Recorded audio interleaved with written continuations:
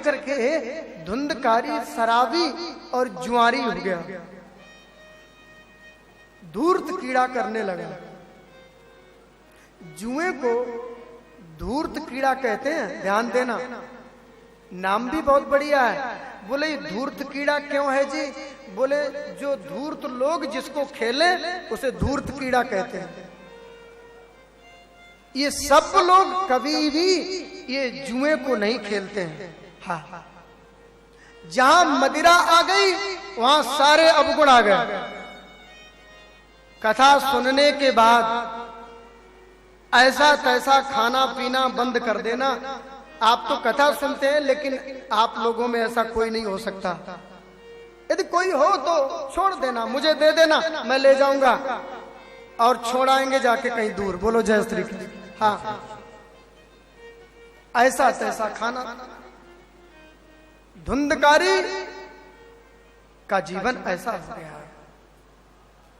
ताश खेलता है, सवेरे से शाम हो जाती है उसे पता नहीं चलता, सूर्यास्त, लेकिन ताश है ही, नहले पे दहला चलता, पता ही नहीं चलता कितने घंटे बीत गए। हाँ, इन अवगुणों से सदैव हमें दूर रहना चाहिए। धुंधकारी, स्नान शौच से किया अलम सौके, हाथों से भोजन ले दूषित पदार्थ को। धुंधकारी के कुकर्मों से आत्मदेव बड़े दुखी हुए। आज आंखों में अश्रु भरे हैं। पहले आंखों में अश्रु पहले इसलिए रो रहे थे कि बेटा नहीं है, अब इसलिए रो रहे हैं कि बेटा क्यों है। आप विचार करो, पहले बड़ी तेजी से रो रहे थे कि बेटा नहीं है, अब रो रहे हैं कि बेटा क्यों है। ऐसे बेटा से तो मर जाना अच्छा है। हे प्रभु, कैसा बेटा दिया। आप विचार करो, क्या बेटा होने में और बेटा ना होने में क्या विशेषता है? बोलो जय श्री कृष्ण। जो सुख देता है वही दुख भी देता है, जो दुख देता है वहीं से सुख का भी बीज अंकुरित होता है। मानव जीवन सुख दुख भोगने के लिए नहीं है, इन दोनों से ऊपर उठने के लिए है। यदि सुख दुख तो ये पशु पक्षियों को भी सुलभ है, कभी सुख कभी दुख। ये धुंधकारी आत्मदेव दुखी हुए। आज गोकर्ण ने आकर के पिता से कहा, अब वही कौन गोकर्ण? गाय ने जिसको जन्म दिया। और महात्मा ने क्या कहा था कि ये फल ले जाके अपनी पत्नी को खिला दिया। इन्होंने कहा कि खा लेना, इन्होंने ध्यान नहीं दिया। ऐसे ही हम सत्संग में आते हैं और हम कथा सुनते हैं, भले ही वो बात मेरे को समझ में नहीं आए, गले ना उतरे, लेकिन जीवन में एक ऐसा समय जरूर आता है जब हमारे जीवन के सब रास्ते बंद होते हैं। जब हम सोचते हैं क्या करें, किम कर्तव्य विमूढ़ता आ जाती है, तब वही सत्संग का कोई वाक्य आकर के हमारे जीवन में टकराता है और एक बार में कल्याण कर देता है, क्योंकि वो प्रसादी ही उसके काम में आई। आज गोकर्ण ने अपने पिता आत्मदेव को ज्ञान दिया। गोकर्ण ने बड़ा सुंदर ज्ञान दिया, जिसे कहते हैं गोकर्ण गीता। गोकर्ण कहते हैं, पिताजी आप जानते हो, नचेंद्र से सुखम किंचिन न सुखम चक्रवर्ती ना। यदि इंद्र से भी पूछा जाए कि तुम सुखी हो, तो इंद्र भी ये जवाब नहीं दे सकता। संसार का कोई भी प्राणी ये नहीं कह सकता है कि मैं सर्वांश में सुखी हूं। नहीं, नचेंद्र से सुखम किंचिन न सुखम चक्रवर्ती ना। सुख मस्ती विरक्त से मुनेरे कांति जीवना। संसार में सुखी वही है, शांत वही है जिसने अपनी वासनाओं को खत्म किया। दीन कहे धनवान सुखी, धनवान कहे सुख राजा को भारी। राजा कहे महाराजा सुखी, महाराजा कहे सुख इंद्र को भारी। इंद्र कहे चतुरानन को सुख, ब्रह्मा कहे सुख विष्णु को भारी। तुलसीदास विचार करें, हरि भजन बिना सब जीव दुखारी। शांति किसे, आनंद किसे, ये हिसाब तो लगाना ही चाहिए।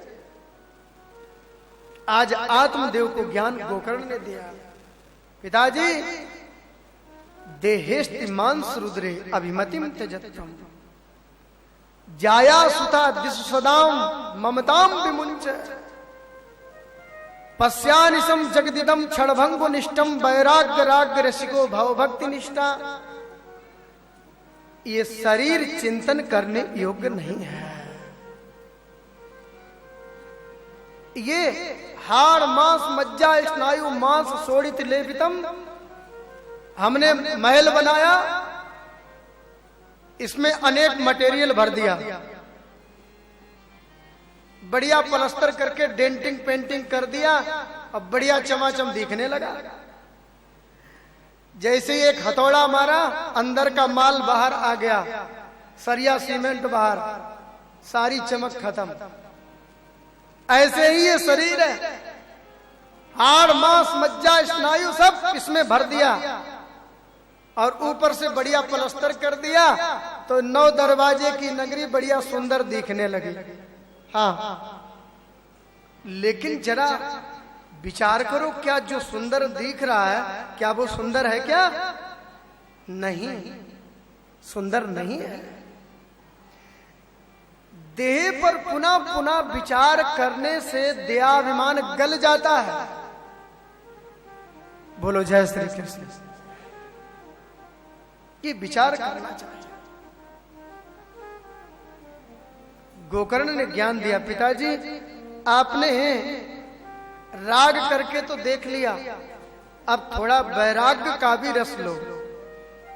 वैराग्य राग रसिको भव भक्ति निष्ठा।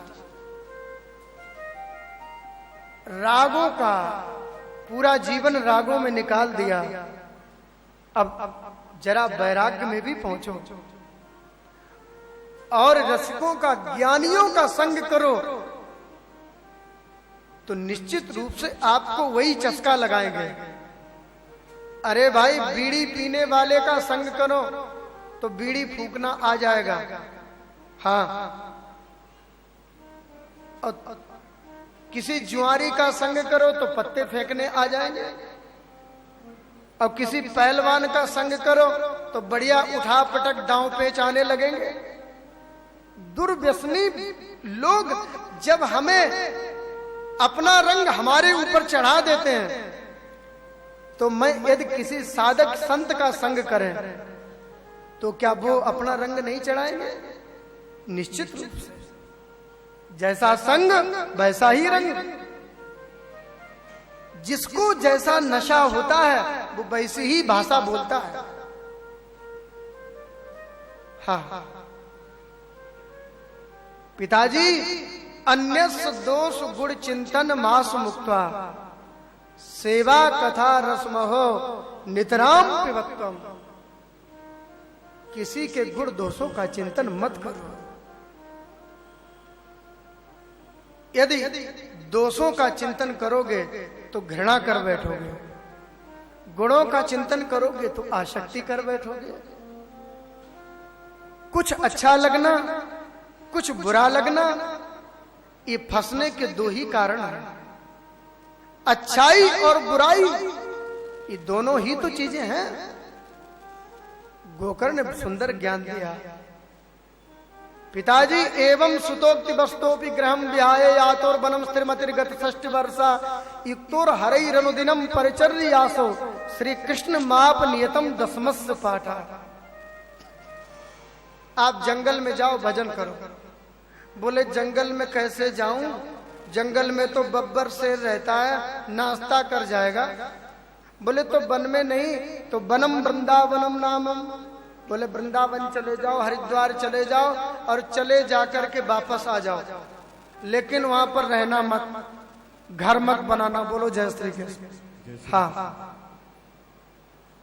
ठीक है। एक एक बात आत्मदेव के हृदय में उतर गई।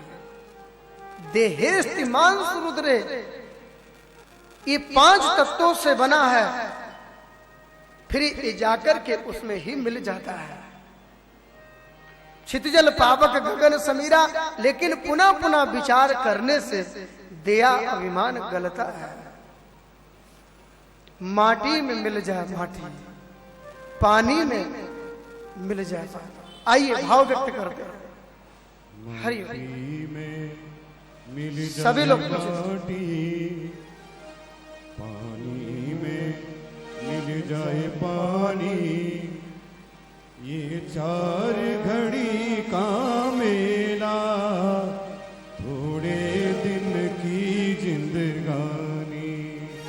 ये 4 घड़ी का मेला, थोड़े दिन की जिंदगानी। माटी में मिल जाए माटी, पानी में मिल जाए पानी। ये 4 घड़ी का मेला, थोड़े दिन की जिंदगानी। ये 4 घड़ी का मेला, थोड़े दिन की जिंदगानी। हरि बोल।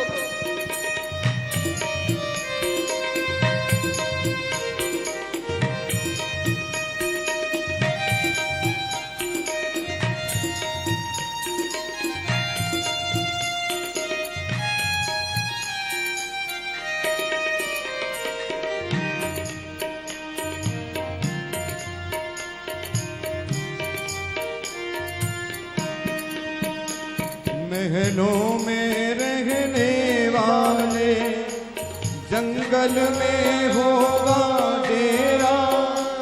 मतलब कि इस दुनिया में कोई तेरा ना कोई मेरा, कोई तेरा ना कोई मेरा, कोई तेरा ना कोई मेरा।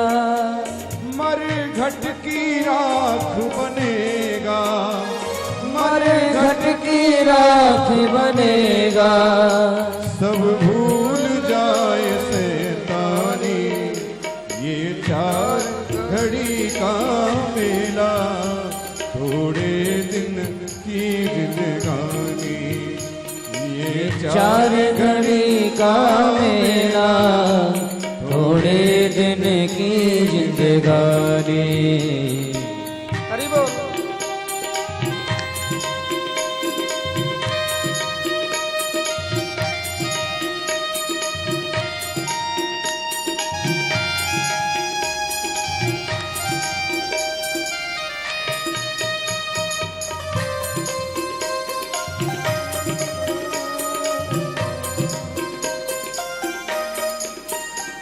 इतरा कर चलने वाले, मत चाल चले मतवारी।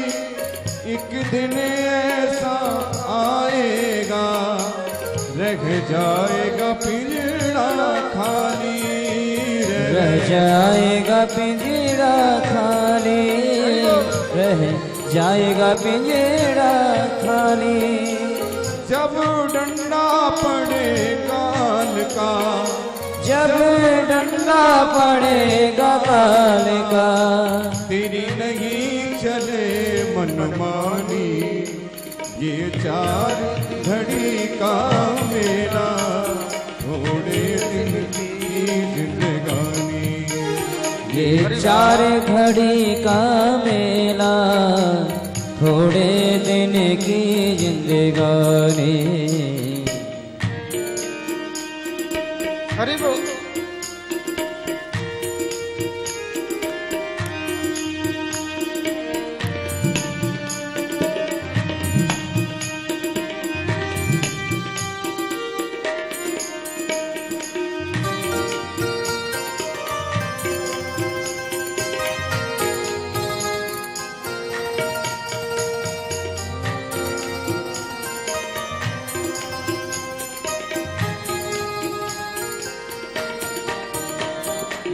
सदा रहेगी तेरी ये कंचन जैसी काया, ना काम आएगी तेरे जोड़ी जो तूने माया, जोड़ी जो तूने पाया,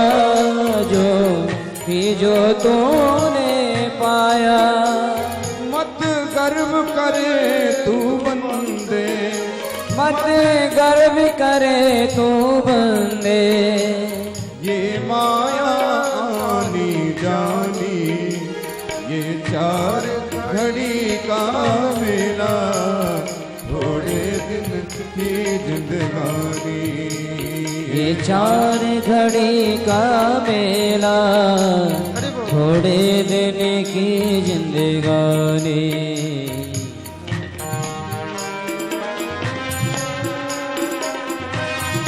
हरि बोल।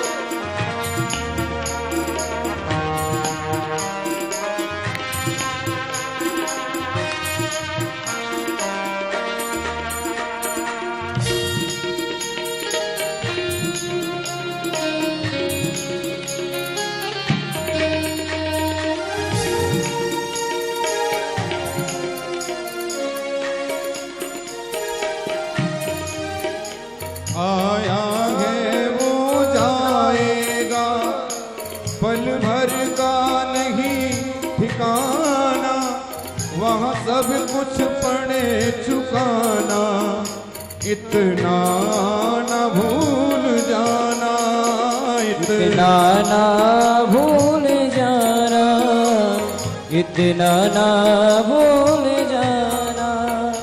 भज ले हरि नाम रसिक तू, भज ले हरि नाम रसिक तू, कुछ सोच समझ अभिमानी, ये चार घड़ी का मेला, थोड़े दिन की जिंदगानी, ये चार घड़ी का मेला, थोड़े दिन की जिंदगानी।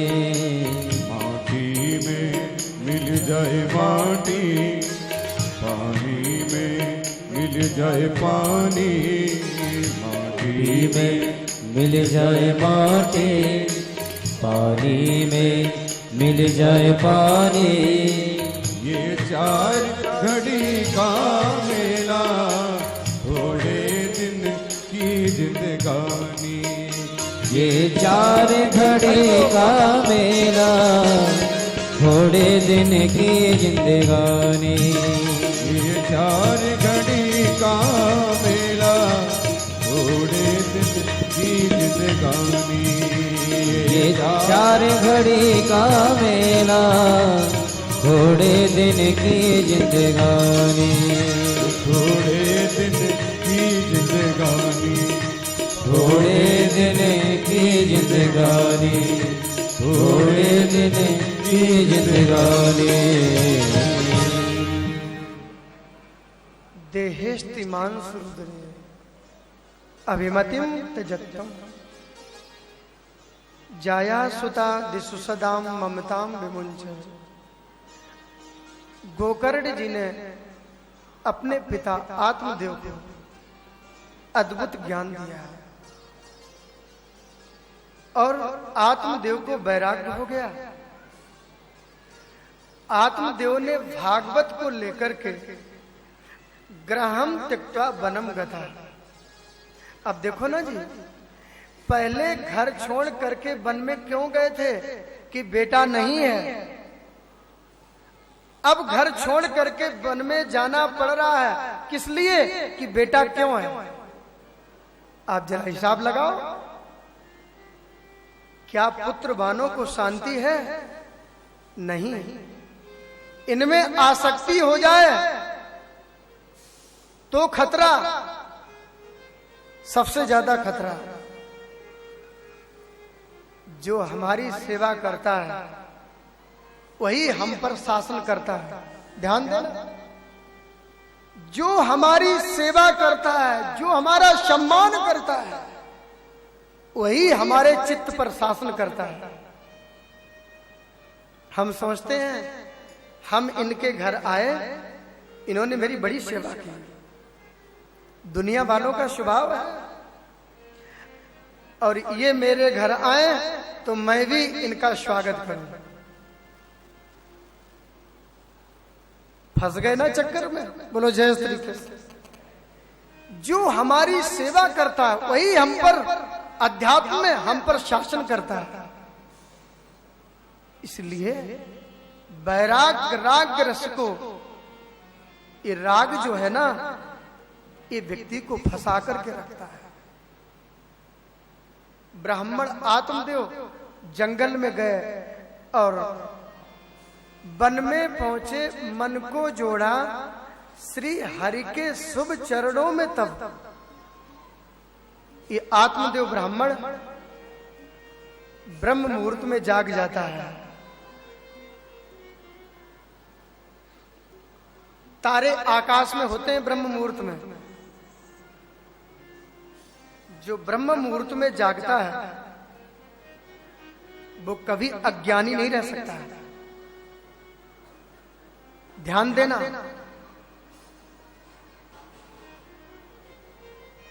आत्मदेव ब्रह्म मुहूर्त में जागते हैं। स्नान करके पवित्र आसन पर बैठ करके दसम स्कंद भागवत का पाठ करते हैं।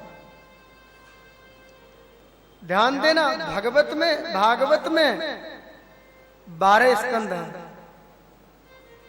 335 अध्याय हैं, 18,000 श्लोकों की ये पावन संहिता है। दसम स्कंद 90 अध्याय का है।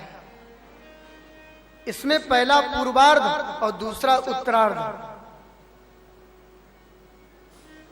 मान लीजिए हमारी उम्र 100 वर्ष की है, गारंटी कार्ड तो नहीं है अपने पास, लेकिन मान लीजिए, हाँ मान लीजिए 100 वर्ष है, तो 50 पूर्वार्ध और 50 हो गए उत्तरार्ध के। यदि 80 की माने तो 40 पूर्वार्ध के, 40 उत्तरार्ध के। जिसके जीवन का पूर्वार्ध भगवत चिंतन में निकला है, भगवत शरणागति में बीता है, उसी का उत्तरार्ध ठीक रह सकता है। जिसने पूर्वार्ध में भगवत चिंतन नहीं किया वो उत्तरार्ध में कभी भी भगवान का भजन नहीं कर सकता है। इसलिए जीवन की जो शुरुआत है पूर्वार्ध, उसमें हमें भगवत चिंतन के बिना नहीं रहना चाहिए। हम दुकान में रहे और वाणी से हरि शरणम हरि शरणम हरि शरणम मंत्र बोलते रहे। ये हरि शरणम निरंतर चलते फिरते बोलते रहो। और ध्यान देना, ये हरि शरणम जो है ना, आपको बहुत ऊंचाई पर पहुंचाएगा। ये चित्त को एकाग्र करता है। सनकादिकों ने इस मंत्र के बल पर मृत्यु पर भी विजय श्री प्राप्त कर ली। हरि शरणम। हम घर में रहें, दुकान में रहें, शरीर से कार्य कर रहे हैं, लेकिन वाणी से हम भगवान का नाम लेते रहे। जिसका नाम लेंगे उनकी याद भी उतनी ही आएगी। आत्मदेव जंगल में गया, दसम स्कंद का पाठ किया, और दसम स्कंद का पाठ करते करते वो टेढ़ी टांग वाला मोर मुकुटधारी आत्मदेव के चित्त में आकर के बैठ गया। हाँ, चित्त में आकर के बैठ गया। विचार करो, अपन जिसका जितना चिंतन करेंगे वो उतना ही मेरे हृदय में घर करता है। हाँ, लीलाएं सुनने से भगवान से हमारा परिचय होता है, जिन्हें हम अब तक जानते नहीं थे। कोई कितना बड़ा व्यक्ति भी आकर आपके बगल में आकर के बैठ जाए, आपको उसके बारे में पता नहीं है, तो आप क्या जानो? किसी ने बता दिया भाई ये फला व्यक्ति है, बहुत बहुत ऊंचा महापुरुष है, ज्ञानी है, परिचय होते ही जिज्ञासा जागृत हो जाती है। क्योंकि जाने बिना न होए प्रतीति, और बिन प्रतीत होए नहीं प्रीति। आप मुझे रास्ते में मिल गए और मैंने अपने स्वभाव के मुताबिक आपसे कहा भैया जय श्री कृष्ण। आपने कहा ये कृष्ण कौन है? आपको कृष्ण के बारे में मालूम नहीं था, ये कृष्ण कौन है। दूसरे दिन आप जा रहे थे, आपने देखा कथा हो रही थी, उसमें बैठ गए, आपने कथा सुनी तो आपको कृष्ण से परिचय हो गया। हाँ, चौथे दिन आप मुझे फिर मिल गए, मैंने स्वभाव के मुताबिक कह दिया भैया जय श्री कृष्ण। आपने मुस्कुरा करके कहा हाँ, वही टेढ़ी टांग वाला, वही मंद मुस्कुराहट वाला, वही नंद का लाला, वही मोर मुकुट वाला। जय श्री कृष्ण कहते ही पूरी कृष्ण कथा आपके दिलो दिमाग पर गूंजने लगी। ये क्या है? हमें जानकारी हुई ना, इसलिए जाने बिना न होए प्रतीति, बिन प्रतीत होए नहीं प्रीति। ऐसे ही जितनी हम भगवान की कथाएं सुनेंगे, हमारा एक नशा, हमारा एक आदत बन जाए, अभ्यास में आ जाए कि हम भगवान की कथा सुने बिना नहीं रह सकते, तो निश्चित वो हरि जो है हमारे चित्त में आकर के बैठ जाए। आज आत्मदेव जंगल में है और दसम स्कंद के माध्यम से भगवान की लीलाओं का अवलोकन करते हैं। और वो हरि जो हरण करने वाला है, वो आकर के चित्त में आकर के हठात द्रवीभूत हो गया, बैठ गया। सज्जनों, भगवत चरणों में रति करता हुआ ब्राह्मण भगवान को प्राप्त हो गया, भगवत प्राप्ति कर ली। यही तो है भगवान की कथा की महिमा। इधर गोकर्ण जी ने भी विचार किया, पिताजी चले गए जंगल में, अब मुझे भी घर में नहीं रहना चाहिए, चलना चाहिए। आज गोकर्ण ने भी घर छोड़ने का विचार बनाया। आज गोकर्ण भी घर छोड़ करके तीर्थाटन के लिए चले गए। गोकर्ण भी चले गए, अब घर में रह गए दो सदस्य। कौन कौन? धुंधकारी और उसकी माता धुंधुली, दोनों एक ही राशि के हैं भला। हाँ, और ये धुंधकारी भी धुंधुली के कारण ही आया। उसने झूठ बोला, कपट किया, अपना पाप ही हमारे लिए मृत्यु के रूप में परिवर्तित होता है। ये धुंधुली का अपराध ही धुंधकारी के रूप में आया। आज धुंधकारी ने आकर अपनी माताजी को पकड़ा। माताजी, पिताजी जंगल में चले गए, मुझे जल्दी बताओ पिताजी ने कितनी तिजोरियां आपको सौंपी हैं? हाँ, चाबी मुझे दो, मालिक मैं हूं। बेटा, तूने तो घर में कुछ भी नहीं छोड़ा, तूने तो घर के रसोई के बर्तन भी तूने बेच लिए, घर के अंदर कुछ भी नहीं है बेटा। धुंधकारी कहता है यदि मुझे नहीं बताओगी